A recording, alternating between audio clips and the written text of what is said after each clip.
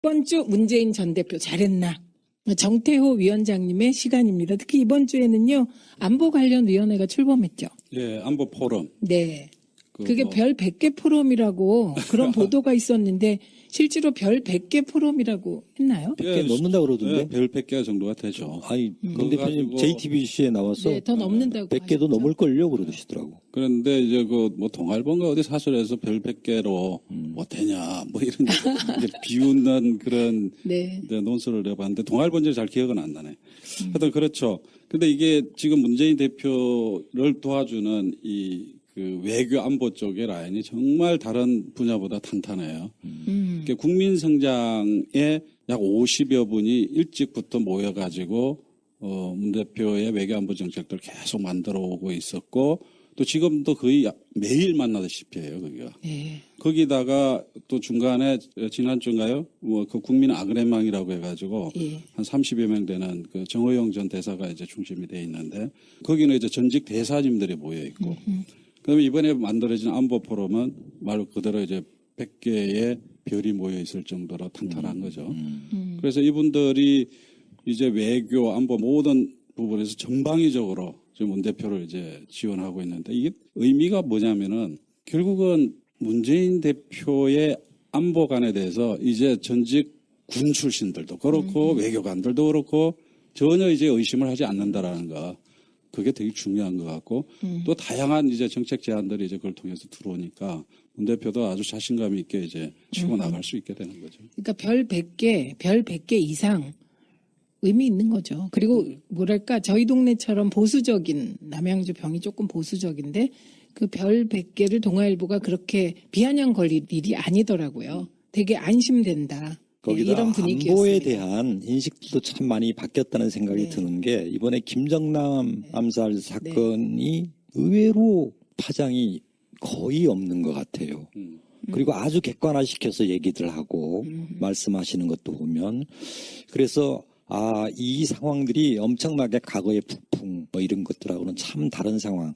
그리고 우리 시민들이 참으로 성숙됐다. 이런 게 정상화되고 있어요. 이게. 실제로 중간에 그 김정남 건에 대해서 정세현 전 네, 장관이 네. 말씀하신 거에 대해서 비난할 처지가 아니다. 비난하고 네. 뭐 하여튼 뭔가 이슈화 시키려고 그랬는데 안 커지죠. 하루도 안 지나서 다 꺼져버리죠. 근데 그동안에 그런 일이 많았습니다. 이번에 이제 탄핵과 조기 대선 국면에서 약간의 실수 다 할 수 있는 거잖아요. 그런데 그 실수들이 이슈가 하루 내지 이틀입니다. 근데 이 김정남 건은 종편을 모니터해 보면 아실 수 있잖아요. 근데 정말 종편에서 어떤 종편은 거의 하루 종일 그 보도만 한다고 느낄 만큼 많이 보도를 했거든요. 근데도 안 통한 것 같아요. 거의 영향을 안 미치는 것 같아요. 지지도건 뭐 흐름에 대해서, 그러니까 정세의 흐름에 대해서. 사실 실수도 아니지. 그 정세현 대표 그 전 장관의 발언도 뭐 실수가 아니거든. 맞는 얘기 같은데. 실수가 아닌데 내용 문맥을 다 보면은 뭐 있을 수 있는 곧 발언들인데 말꼬투리 잡은 거죠. 그걸 이제 결국 옛날 같으면 그게 막 그 이슈가 돼가지고 또 문재인의 뭐 친북행위 뭐 이렇게 가는데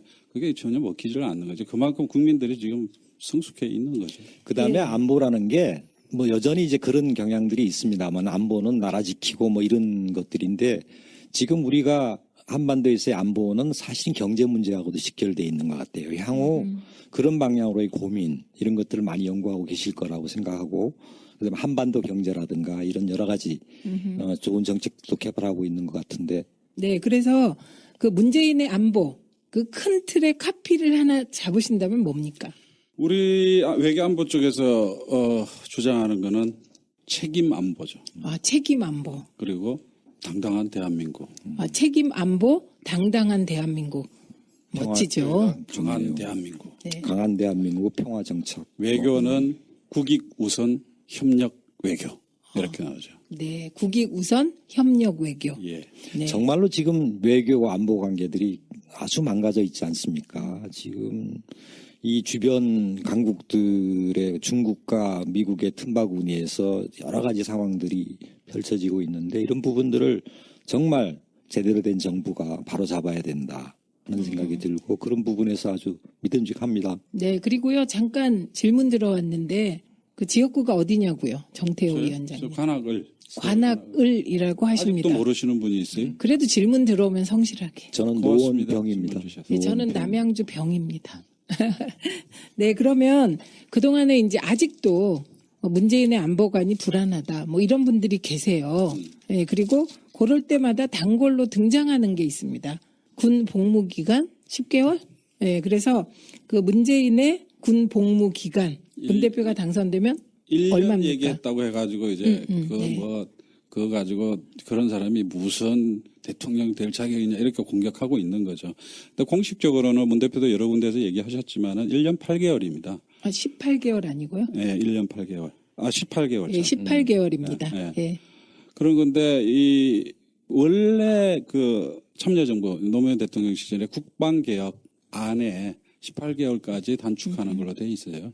근데 이게 이제 이명박 끝이면서 이게 그 기존의 국방개혁이 중단돼 버렸어. 그래서 지금 21개월로 지금 돼 있는 건데 이 문 대표의 공식적인 입장은 18개월이고 1년 얘기한 거는 1년까지 단축할 수도 이렇게 있겠다. 장기적으로 보면은 우리 군이 현대화되고 그렇게 되다 보면 1년까지 될 수도 있다라고 얘기한 걸 그게 마침 문 대표의 뭐 공약인 것처럼 해가지고 참 많이 난리를 울고 피우는 먹었어요. 거예요. 근데 실제로 지금 막 카톡방으로 해가지고 어르신들한테 특히 막 그게 아직도 막 전파되고 있죠.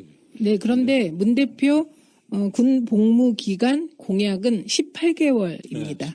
예. 네, 저는 개인적으로는 하루빨리 평화가 정착되고 통일이 되고 해서 한 6개월 정도로 줄었으면 좋겠어요.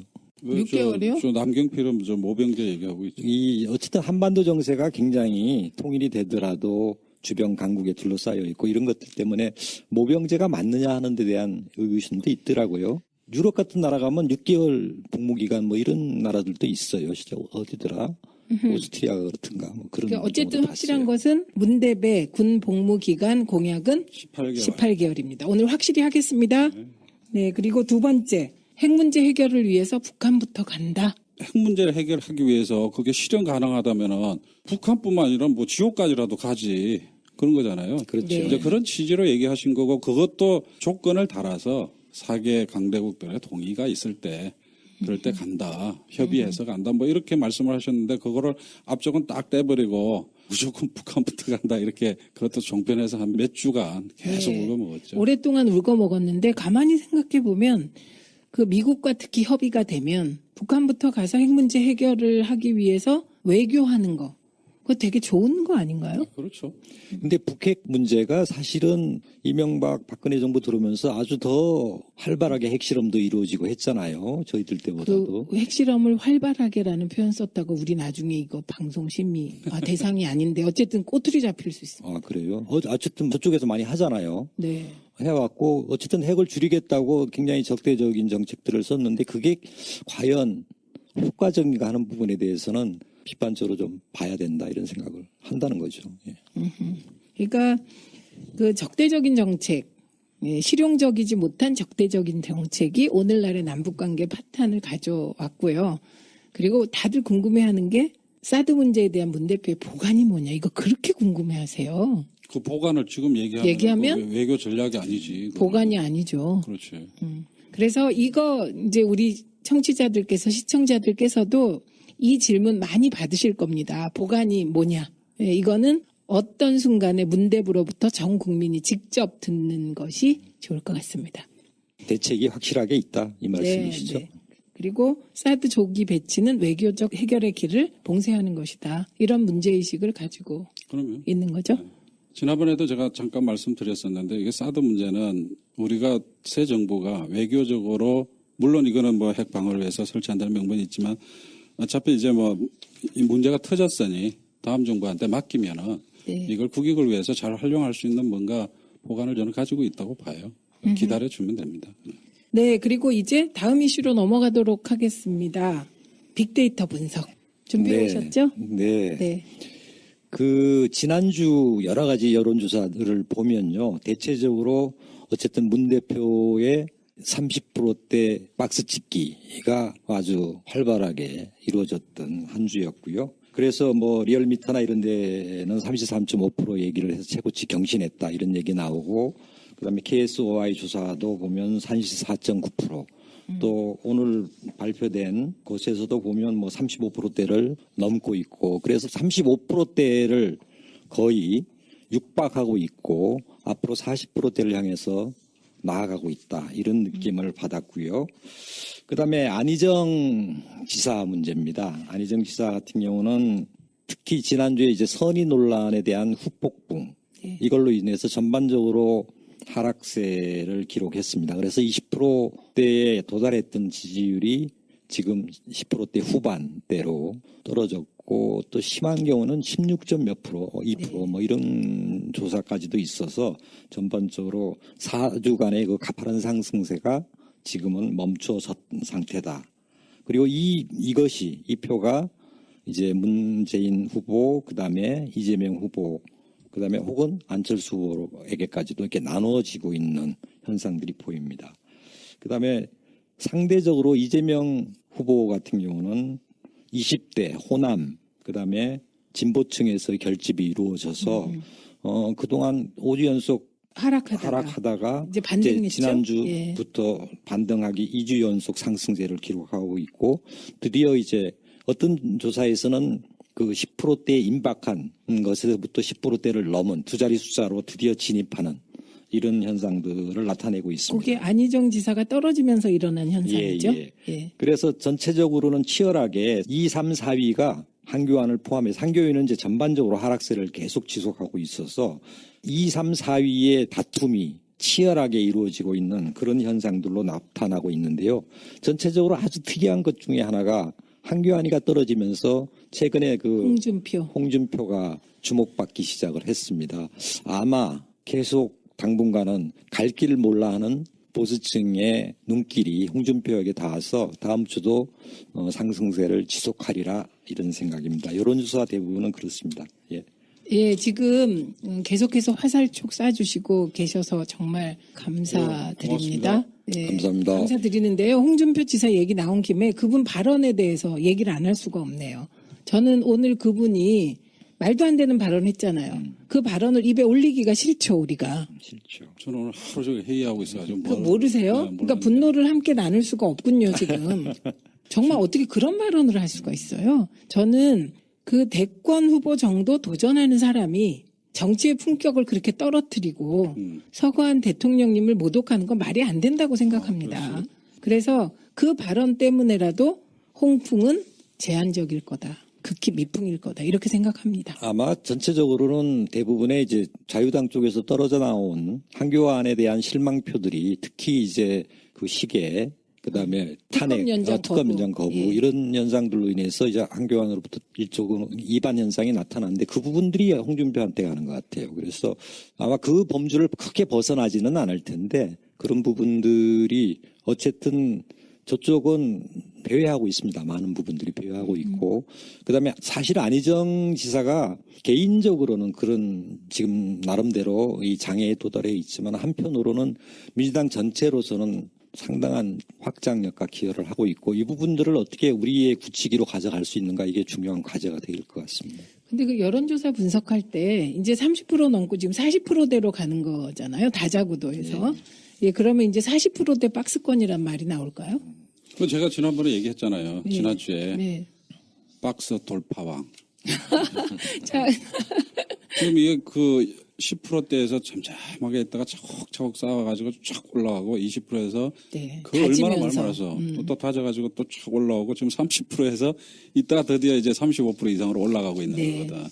근데 이게 이번 여론조사의 아주 제일 첫 번째 특징인데 더 중요한 거는 여전히 우리 당 그러니까 세 분의 후보의 전체 총합 이게 60%를 그대로 유지하면서 아직도 확장 추세에 있다는 거지. 네. 그러니까 이거는 그리고 나머지 후보들은 문재인 대표를 빼고는 계속 오르락내리락 하고 있는 그러니까 거거든요. 서로 한 분이 떨어지면 한 분이 올라가고 그러니까. 이런 거죠. 근데 문대분 꾸준히 올라가고 네, 있는 그렇습니다. 거죠. 그러니까 결국은 신인이 나왔다 들어가고 하면서도 결과적으로 보면 이게 의미하는 게 그래도 믿을 사람은 문재인밖에 없구나.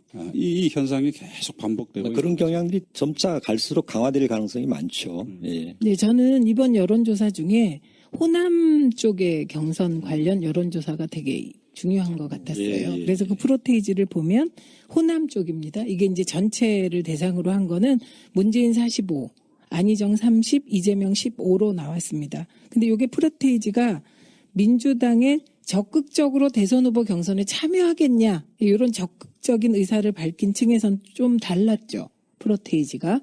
그래서 65.7%가 아까 그 여론조사 중에 65.7%가 내가 경선 참여하겠다. 이렇게 얘기했다고 합니다. 거기서 문재인 후보가 53.2%, 50%를 넘습니다. 그리고 안희정 후보는 26.8%로 떨어지고요. 이재명 후보는 15.1%, 거의 비슷한 수치입니다. 그러니까 이게 중요한 건 호남에서 민주당 경선에 적극적으로 참여하려고 하는 의지를 가지신 분들 대상으로 한 여론조사에서 문대표 지지율이 53.2% 과반을 넘겼다. 이게 되게 중요한 수치입니다. 그래도 저는 아직까지 만족할 수 없는 게 이번 대선은 압도적으로 승리해야 됩니다. 왜냐하면 특히 오늘 또 국회에서 제대로 협상이 안 되고 어쨌든 상황들이 꼬여버렸는데요. 그로 인해서 이제 특검법에 대한 발의 자체가 어떤 과정을 다시 겪어야 될지 어려움에 처해 있습니다. 그런데 이런 구조기 때문에 압도적인 승리를 하려면 특히 호남, 이번 특히 경선에서 이 첫 번째 지역입니다. 그리고 오늘 조사만 하더라도 이게 결선 투표 없이 갈 가능성이 많다. 이런 상황들을 보여주는 것인데요.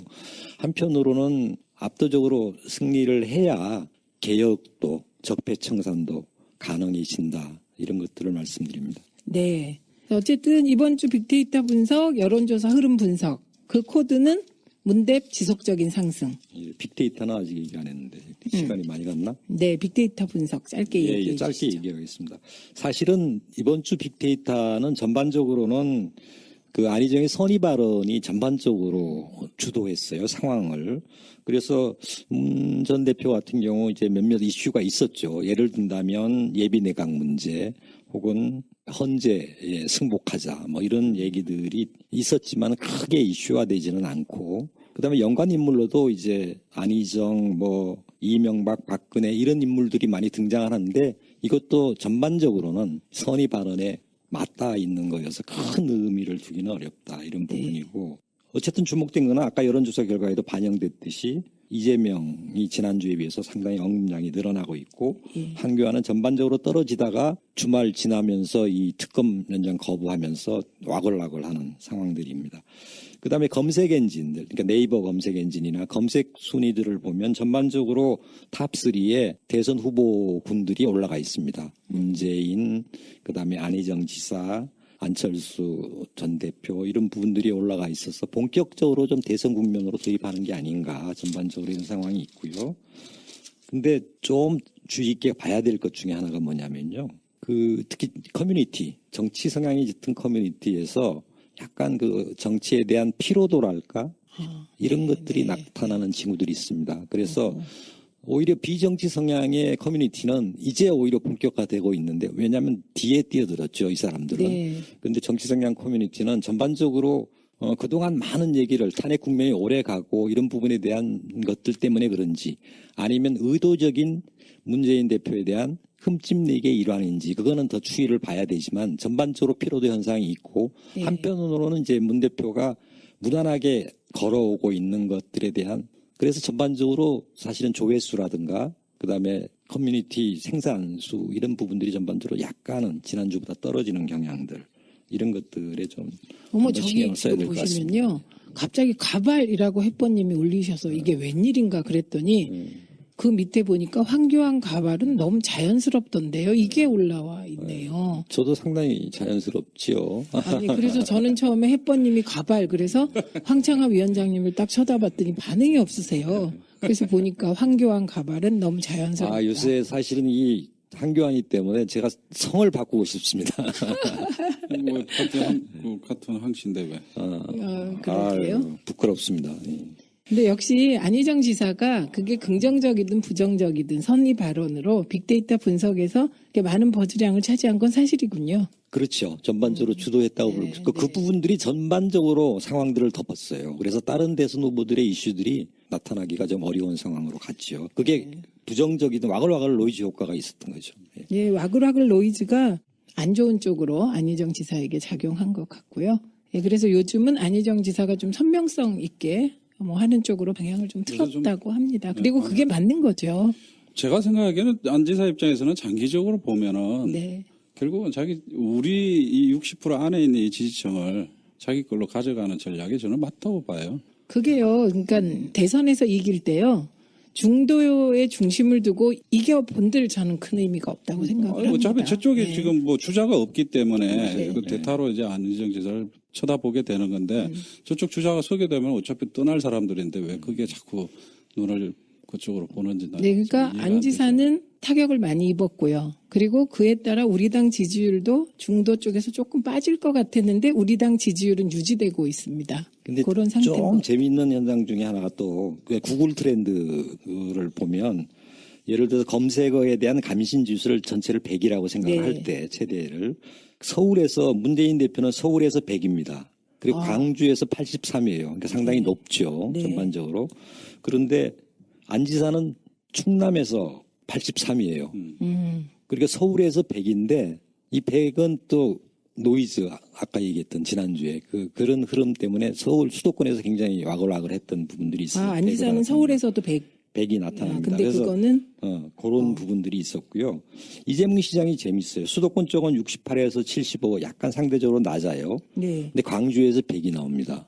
오. 그래서 특히 호남 쪽에 안 지사에 빠지는 부분들을 이재명 시장도 나누어 갖고 나누어 있다. 받아가는 현상들이 그 SNS상에서도 보인다. 이렇게 볼 수 있겠습니다. 네. 그렇군요. 근데 이게 그러네요. 그래도 여전히 광주하고 호남 지역에서 여론조사 해보면 1위가 문대비예요.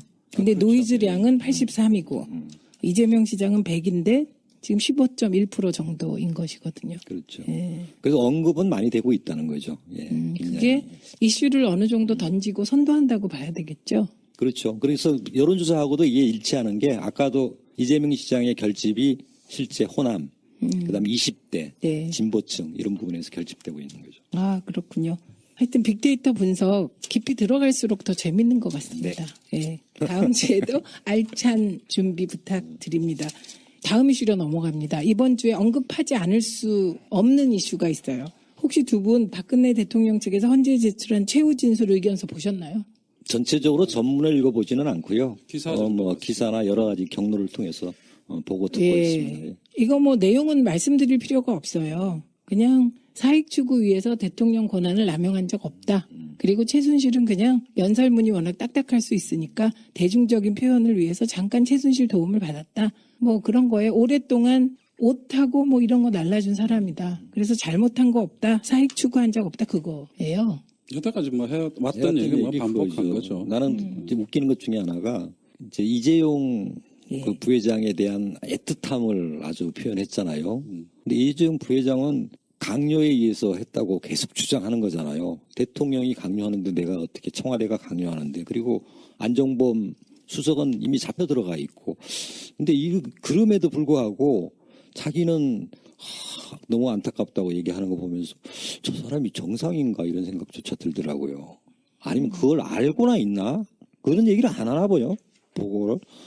옛날에 청와대 근무하실 때 그런 것들 있으면 대통령한테 보고합니까? 당연히 하죠. 당연히 보고. 근데 왜 저렇게 얘기를 하지? 저는 제일 웃긴 부분 하나 읽어드릴게요.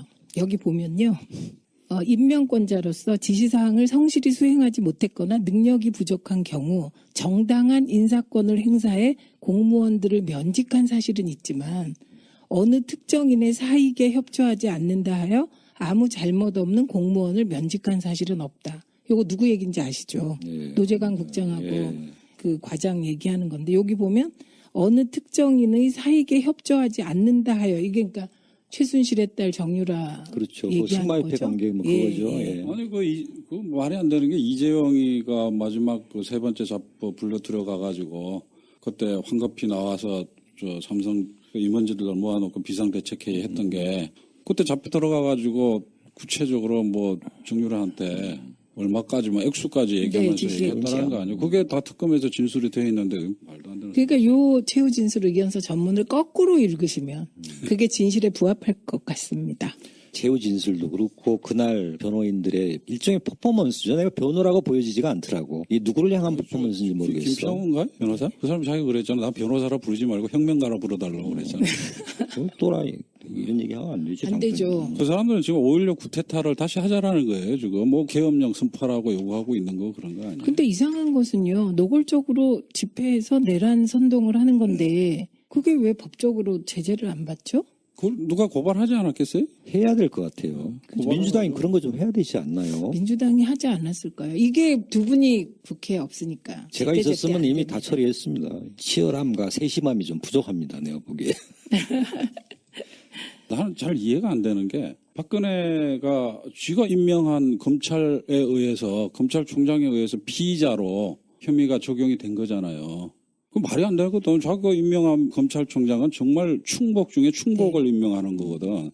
그 사람에 의해서 자기를 피의자로 만들었는데 수사가 뭐 불공정하다고 그러고 나중에는 검찰 출동 안 하고 특검에서 조사받겠다 그러면서 지금 검찰은 불공정해서 못하겠다고 그러고 그렇게 얘기했다가 이제 또 특검에서 나오라 그러니까 또 특검은 불공정하다고 그래서 또 안 나오겠다 그러고 최종적으로는 헌재까지도 안 나오고. 네. 그리고 또 저게 있잖아요. 어저께인가 기사 보니까는 노무현 대통령 옛날에 탄핵됐을 때 뭐 헌법의 최후의 보루가 헌재다. 헌법재판소다. 그 얘기 들었어. 이렇게 얘기했잖아요. 그래 놓고 지금은 자기들 대리인들 시켜놓고 완전히 지금 헌법재판소의 건의를 완전히 깡그리 무너뜨리는 행위를 지금 스스로 하고 있잖아요. 그 자체만으로도 탄핵감이거든요. 그 사실. 김기춘 실장 있잖아요. 그분이 2004년에 뭐라고 했냐면요. 노무현 대통령이 헌재 재판정에 출석하지 않는 것은 자기의 잘못을 인정하는 것이다. 이렇게 얘기했거든요. 그러니까 그거에 비춰보면 박근혜 대통령도 김기춘 님도 죄를 인정하는 것이죠. 예. 맞아요. 네. 자, 다음에는요. 황교안 얘기 좀 해볼까요? 황교안은 왜 특검 연장을 거부했을까요? 아마 본인으로서는 여러 가지가 작동했겠죠. 네. 일단은 뭐 자기 주군에 대한 어떻게 보면 공동정범이잖아요. 그런 처지에서 가다가 자기까지 다칠지도 모르겠다. 뭐 이런 우려도 있을 거고. 난 특히 이번에 그 가이드라인처럼 느껴지는 대선에 영향을 미칠까봐. 이건 뭐 말이야 뭐야. 거꾸로 얘기하면요. 대선에 영향을 미칠 목적으로 특검 연장을 안 했다는 자인인 거죠. 그렇죠. 그러면 검찰도 대선 끝날 때까지 조사하지 마라는 가이드라인이잖아요. 그렇죠. 이게 말이 안 되는. 그러니까 정치적인 목적으로 박근혜와 새누리당 세력을 옹호하고 지지해주기 위해서 특검 연장 안 했다고 사실상 자인한 거죠. 그러니까 그게 일반적인 분석이죠. 그렇죠. 이번에 특검 연장을 거부하면서 얘기한 게 충분히 조사가 이루어졌다. 그리고 이제 대선에 영향을 미칠 수 있는 예민한 시기다. 이 두 가지 논거를 댔는데 결국 이제 검찰로 이게 넘어가는 거에 대해서 아까 얘기했던 것도 가이드라인을 제시를 한 건데 내가 볼 때는 지금 태극기 시위대에 겁이 난 것 같아. 내가 볼 때는. 특검 연장했다가 나중에 맞아 죽을 것 같으니까. 그분이 좀 그렇게 보이긴 해요. 제가 보기에는 굉장히 교활합니다. 그 사람이 얼마나 교활하냐면은 지가 나오지도 않을 거면서 지금 이 상황을 즐기고 있는 거 아니에요? 자기가 보수 세력의 영웅이 되는 것처럼 행동하는데. 시계까지 맞추고. 나는 국무총리 시계 만든 건 처음 보는데. 그러니까 대행이 시계 만드니까. 예, 그건 뭐 누가 봐도 대권 후보 행보죠. 근데 사실은 이 상황이면 한교안의 뜻이라기보다는 한편으로는 이런 정도 상황은 아마 상의를 했으리라고 봐요. 박근혜하고. 하지 않을까요? 상의하면 안 되는 거잖아요. 그래도 뭐 할 수도 있겠지 않나? 자기들끼리요. 뭐 자기들끼리 뭐 전화 한 통 하면 되는 거지. 내통을 하고 있을 거고. 아, 우리는 그러면- 너무 원칙적이에요. 어떡할까요? 뭐 이랬을 것 같아요. 난 느낌에. 하지 마. 그랬겠죠? 예. 네. 그 뭐 말도 안 되는 소리 해. 뭐 이렇게 얘기했을 거. 이렇게 얘기했을 것 같아요. 성대묘사 돼요? 저 했었어요. 성대모사. 근데 지금 해보면 한번 저한테 해보세요. 어떻게 하냐고. 따르는 대통령님 네. 저기 특검 연장 지금 뭐 굉장히 괴로운데 지금 어디 아프세요? 그런 걸 왜 물으세요? 아유, 죄송합니다. 전 이미 시키는 끊었어요. 대로 하겠습니다. 이렇게 됐을 것 같아요. 딱 두 마디. 네. 원래 두 마디만 하잖아요. 그렇죠. 어디 아프세요? 그걸 왜 물으세요? 톡. 진짜. 그러면 두 분 어떻게 생각하세요? 황교안 총리가 이번에 특검 연장을 거부한 것이 대권 출마에는 어떤 영향을 미칠까요?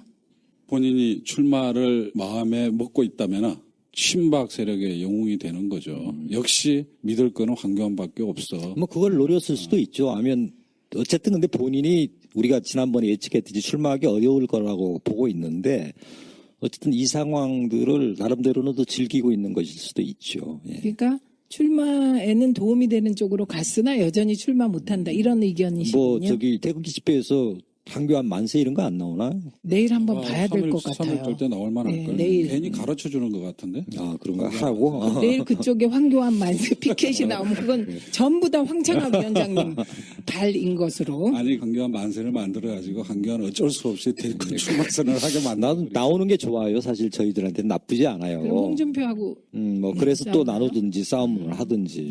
홍준표는 나와봤자 지금 대통령 까무로 사람들이 쳐다보지도 않아. 좀 말하는 게 저래가지고 되겠어요. 엄청 거칠지. 그 나오자마자 뭐 신박들은 뭐 양아치라고? 지가 양아치면서. 그 홍준표 양아치 중에서 아이고 잘못하면 큰일 나겠다. 예, 홍준표님은 친박 비판, 친노 비판 지금 이것을 큰 축으로 삼고 있는 것 같아요. 그래요? 예, 예, 그러면 유승민이처럼 표가 안 나올 텐데. 그렇죠. 그런데 갑자기 한교안 문제 가지고 우리 박지원 대표님은 또 그거를 뭐 문재인 책임져라. 선총리 이렇게 후탄에 해가지고. 아우 저는 그건 뭐 죽은 자식 뭐 만지기라. 아이 뭐 예, 아예- 입장 한번 얘기해 보세요. 그 어쨌든 예. 오늘 난리를 쳤더만 그거 갖고. 아니 상황이 그때 그랬던 거잖아요. 처음에 최순실 건 터지니까 대체로 뭐 국회에서 거국 중립 내각으로 가자 이 얘기가 나왔던 건데 갑자기 박근혜가 국무총리 김병준 총리를 씨를 임명하면서 이렇게 깨진 거죠. 임명을 해버렸잖아요. 네, 네. 그 기회를 줬는데 스스로 그 기회를 네. 막 쳐버렸잖아요. 그리고 나서 이제 탄핵 국면으로 넘어가니까 그거 모면하려고 국회 찾아가가지고 딱 한마디만 했다며 정세균 의장한테 국회에서 협의해서 총리 추천해 주십시오. 딱 그 얘기만 하고 그랬다며. 결국 그게 술책이었던 거잖아요. 그렇게 해서 국회에 떠넘겨가지고 국회 내부에서 내분을 일으켜가지고 결국은 그 상황을 모면하려고 그랬던 건데 당연히 그 상황에서 그걸 받으면 안 되지. 그래가지고 그때 뭐 국민의당에서 박지원 대표 등록해가지고 뭐 총리 뭐 갈아야 된다고 한교안 쫓아내야 된다고 얘기했는데 그야말로 그거는 저쪽 술수에 그대로 넘어가는 거였지. 네. 그래가지고 탄핵으로 갔던 건데 이제 와가지고 문재인 책임 이거 말도 안 되는 거지. 그러니까 특검 조사에 그러니까 내가 볼 때는 탄핵 기간 중에 국민의당의 지지도가 막 바닥으로 떨어지고 뭐 안철수 지지도 떨어지고 막 이러니까 뭔가 모면을 해야 되겠는데 그 책임을 자꾸 바깥쪽으로 돌려야 되는데 그게 1등으로 가고 있는 문재인 대표가 될 수밖에 그게요 없는 거지. 바깥쪽이 아니고 그분은 처음부터 끝까지 문대 흔들기예요. 박지원 대표님한테 한마디를 드리면 지난번처럼 또 문재인 대표 계속 흔들면 다칩니다. 지금 이 상황은요 2002년 대선 때 사실 그때도 정말 어마어마한 흔들기가 있었잖아요. 있었죠. 예, 그런데 예. 그때도 노무현 후보를 흔들면 그게 일시적으로는 언론이 이제 워낙 흔드는 사람을 띄워드니까 뭔가 되는 것 같다가 그분들이 다 하나하나 사라지셨어요. 그래서 지금 판은 그런 흐름의 판입니다. 저희요 이번 주에 정말 한 종편에서 말도 안 되는 짓을 했어요. 그래서 왜 이런 짓을 했을까? 화면 한번 띄워주십시오. 이게 이제 권양숙 여사 어머니가 돌아가셨잖아요. 그런데 흔들기 위해서 저런 보도를 한 겁니다. 채널 A네요. 제목은 문재인 안희정 간발의 차이로 빈소회동 무산됐다는데 저 사진 보십시오. 이재명 안희정 그 옆에 누구 사진이게요? 누굴까요? 문재인 뭐라고 써놓은 것 같은데. 이름은 문대빈데 저 사람이 누굴까요? 신동빈입니다. 아니 왜 저렇게 찍어놨지? 그래서 저런 어처구니 없는 실수가 실수예요? 예, 어처구니 없는 실수로 일단 봐야죠. 우리가 실수가 굉장히 많았습니다. 그래서 지금 저게 방심위에 제소되어 있습니다. 이건요 당에서뿐만 아니고 개인적으로도 한 분들이 많더라고요. 저거 보고 되게 분개하신 것 같아요. 일단 가장 분개한 포인트가 뭔지 아세요? 문대배 미모를 훼손했다는 거예요. 예, 저희 종편들이나 방송들에게 알려드립니다. 저희의 눈이 사방에 촉수처럼 뻗어 있다는 거. 그래서 지금은 종편 모니터를 굳이 팀을 꾸려서 하지 않아도 예, 아주 여기저기서 대단합니다. 제보가 예. 들어옵니다. 예, 그래서 조심해 주십시오. 그리고 저희 말 그대로 종편 수사대가 네, 네티즌 24시간 그냥 가동이 되고 있는 거구만. 네티즌 종편 수사대가 24시간 가동되고 있다는 점 알려드립니다. 다음 코너 넘어갑니다. 드디어 보수를 설득하라. 뭘 가지고 설득해요? 이 화면 보십시오. 화면이 곧 나올 겁니다. 저희가 이번에 보수를 설득하라는 오늘부터 시작해서 문대에 대한 SNS와 가짜 뉴스들 그 사실 확인을 해드릴 겁니다. 그래서 이번 주에는 문재인 후보의 비자금이 20조 원이다. 저렇게 되면 어떻게 되나 한번 읽어봐 주세요. 재계 순위 20조면 문대 1위입니다. 등록되지 않은 재산이니까 비자금이면 그렇죠. 20조 어디 있을 수 있나요? 어디 있어요 혹시? 제일 잘 아시잖아요. 정태호 위원장님. 20조 청년 일자리에 쓰겠다고 대통령 비자금으로 쓰겠다는 거예요. 될 때까지 잘 보관해 두겠다고 얘기하셨잖아요. 정말 있었으면 좋겠어요. 그렇지 않습니까? 그렇죠. 청년 일자리 네. 만듭시다 그걸로. 집에 숨겨놨으면은 집이 빗대가 많거든. 그 양산 그 산골짜기라 가지고 들어가 가지고 얼마든지 훔쳐 나올 수가 있지. 근데 20조를 숨기려면 공간이 얼마나 있어야 돼요? 수표 한 장 없을 거 아니에요. 보수 쪽에서 하는 얘기가 뭐 아방궁이라고 있다며 그 지하에 뭐 그러니까 그것도 무슨 이상한 집 사진 찍어놓고 아방궁은 아방궁이라고. 다음 주에 저희가 또 할 겁니다. 그래서 이거는 이미 처벌을 받은 건가요? 네, 당사자가? 처벌까지 받았대요. 그런데도 잊을만 하면 다시 정모 등장합니다. 여자분이 네, 거잖아요. 네, 네. 그 사람 그래서- 처벌 받아서 1년 징역에 2년 집행유예 받았어. 그런 겁니다. 그래서 누군가 문대비 비자금 20조를 가지고 있다고 할 때 요 웹자보를 활용해서 반박하시고 사실을 알려주십시오. 이재용 7조죠, 맞아요? 저 내가 찾아보니까 이재용이가 13조 얼마 되고 정몽구가 7조 얼마 되던데. 아, 그래요? 네.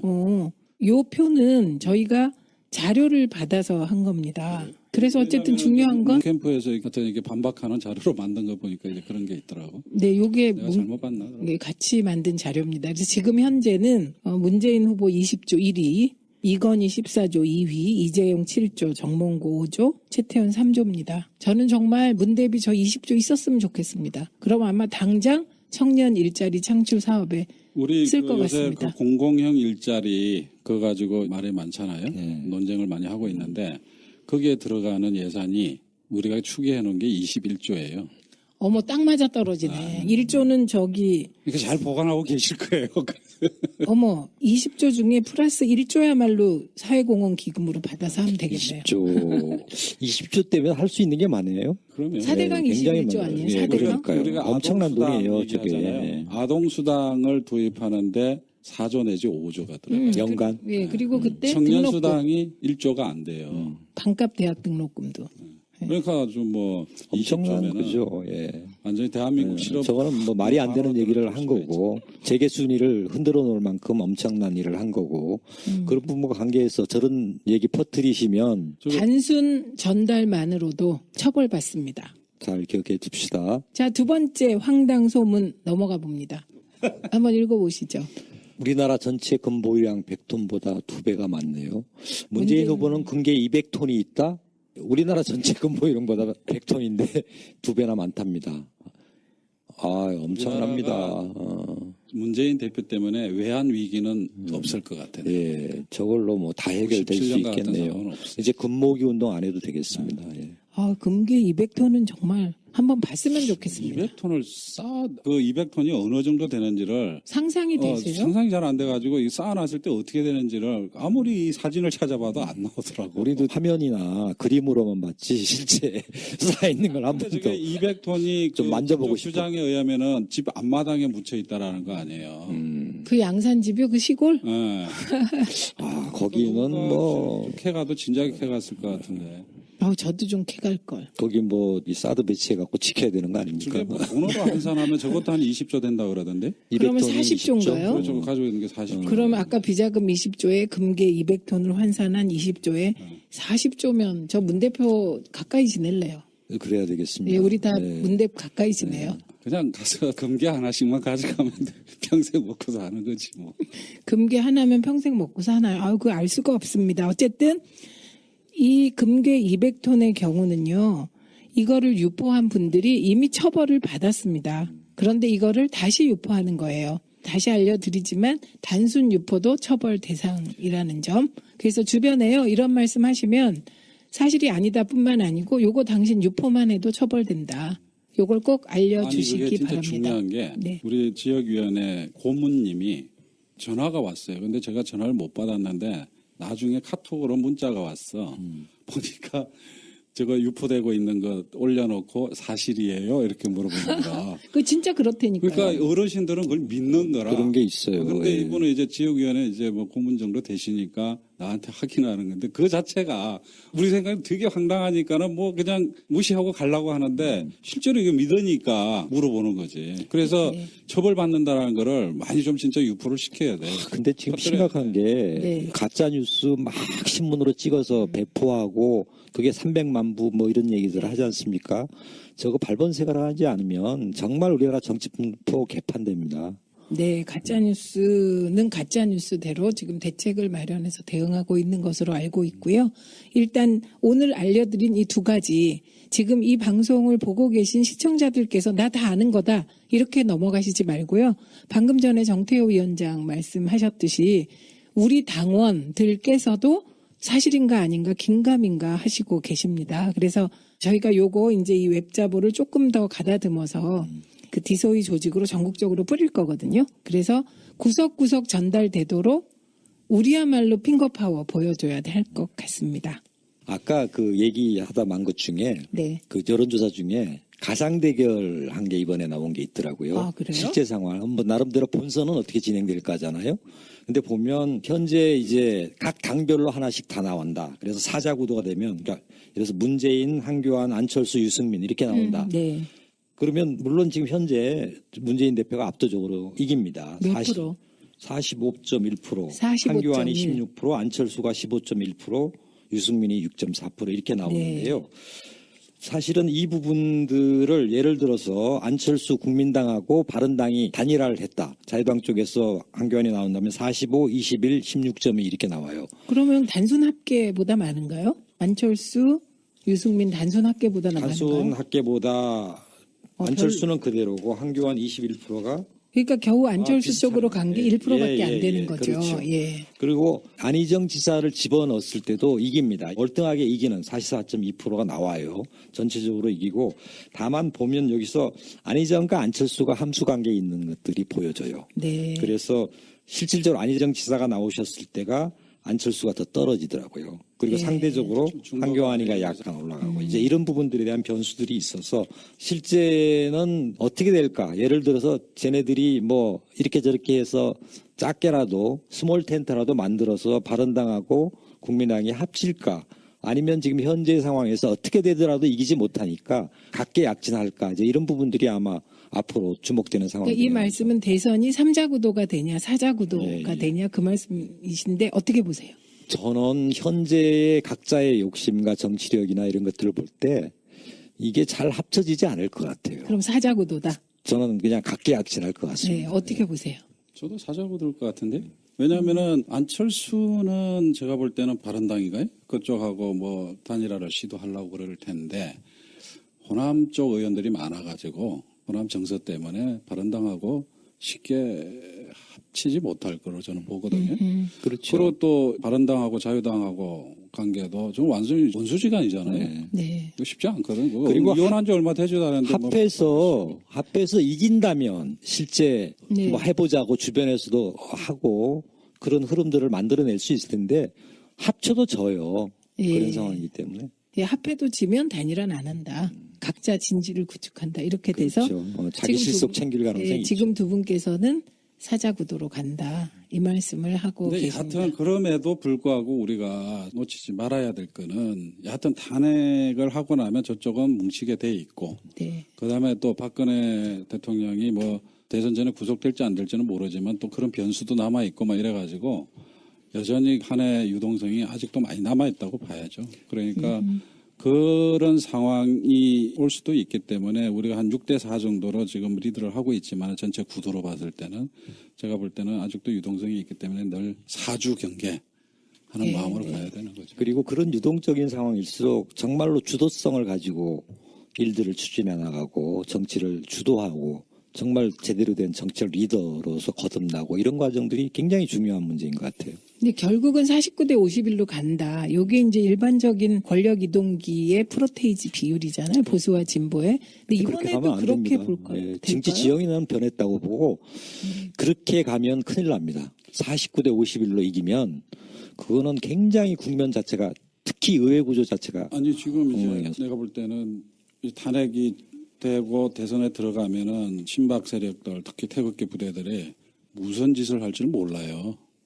그렇기 때문에 여론으로 압도적으로 끌고 가야 저쪽에서 극단적인 행동들을 제어할 수가 있는. 아예 포기해버리도록 만들고. 근데 이게 어설프게 뭐 이렇게 맞아요. 예. 따라갈 수 있겠다 이런 분위기 생기면은 대선에서 이기긴 이기지만 정말 이렇게 많은 그 상처를 안고 가야 되는. 상처뿐만 아니라 이고 난 다음의 상황 자체도 바로 막 개헌하고 뭐 적폐청산에 이런 것들 건드리지도 못한 상태로 정치가 표류할 가능성이 있습니다. 근데 어쨌든 지금까지는 탄핵 기각 집회가 뭐 숫자가 많아진 게 사실이잖아요. 그럼에도 불구하고 탄핵 찬성 여론은 그냥 73%가 가장 낮았고요.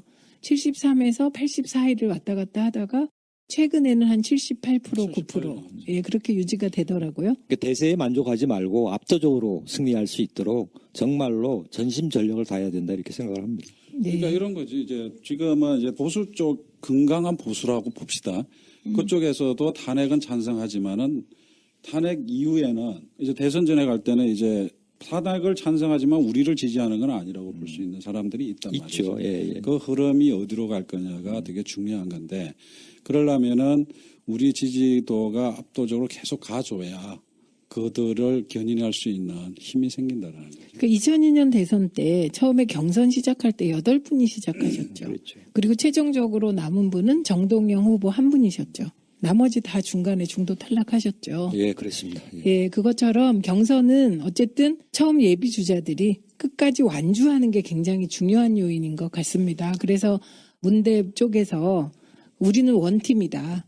그래서 서로 좀 공격을 자제하자 이런 제안도 네, 뭐 이재명 씨가 했었죠. 오늘 그 박광원 대변인이 우리는 원팀이다. 그래서 서로 자제하자.